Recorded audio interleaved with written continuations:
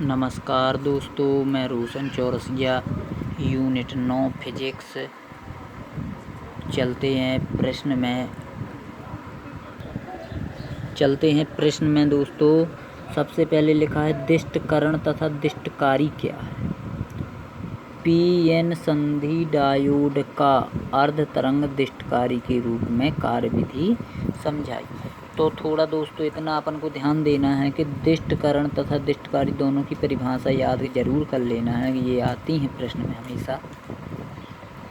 तो यहाँ लिखा है फिर दिष्टकरण, तो प्रत्यावर्ती धारा को दिष्ट धारा में बदलने की क्रिया दिष्टकरण कहलाती है। फिर इसी का उल्टा कर देना है दिष्टकारी में, दिष्ट धारा को प्रत्यावर्ती धारा में बदलने की युक्ति दिष्टकारी कहलाती है। बन जाएगा। इतना बहुत सरल है ये प्रश्न में थोड़ा ध्यान देना है। यहाँ लिखा है अर्ध तरंग, तो अर्ध तरंग दिष्टकारी के लिए करना है, पूर्ण के लिए न करना। फिर यहाँ लिखा है पीएन संधि डायोड का अर्ध तरंग दिष्टकारी के रूप में कार्यविधि। तो देखो चित्र बना लेना है। ये पीएन संधि डायोड है, आई धारा है, आरएल निर्गत विभव है, L1 L2 कुंडली है, टी ट्रांसफार्मर है, ये निवेशी प्रत्यावर्ती विभव है। तो चलते हैं दोस्तों, अब ध्यान से समझना।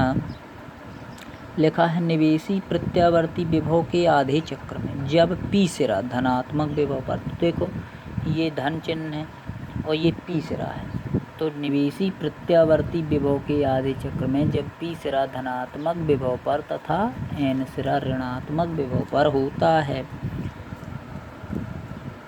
तब लोड प्रतिरोध RL में धारा प्रवाहित होती है। अतः निर्गत विभव प्राप्त होता है। तो दोस्तों थोड़ा सा इतना ध्यान देना है। जब यहाँ लिखा है निवेशी प्रत्यावर्ती विभव के आधे चक्र में पी सिरा धनात्मक विभव पर तथा एन सिरा ऋणात्मक विभव पर होता है, तब लोड प्रतिरोध RL में धारा प्रवाहित होती है और निर्गत विभव प्राप्त होता है। फिर इसी का उल्टा कर देना है इसी का। तो फिर मान लो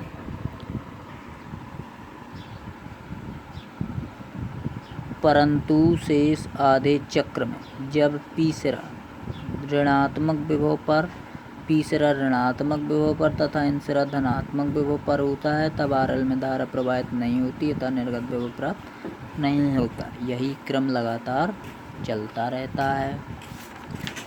फिर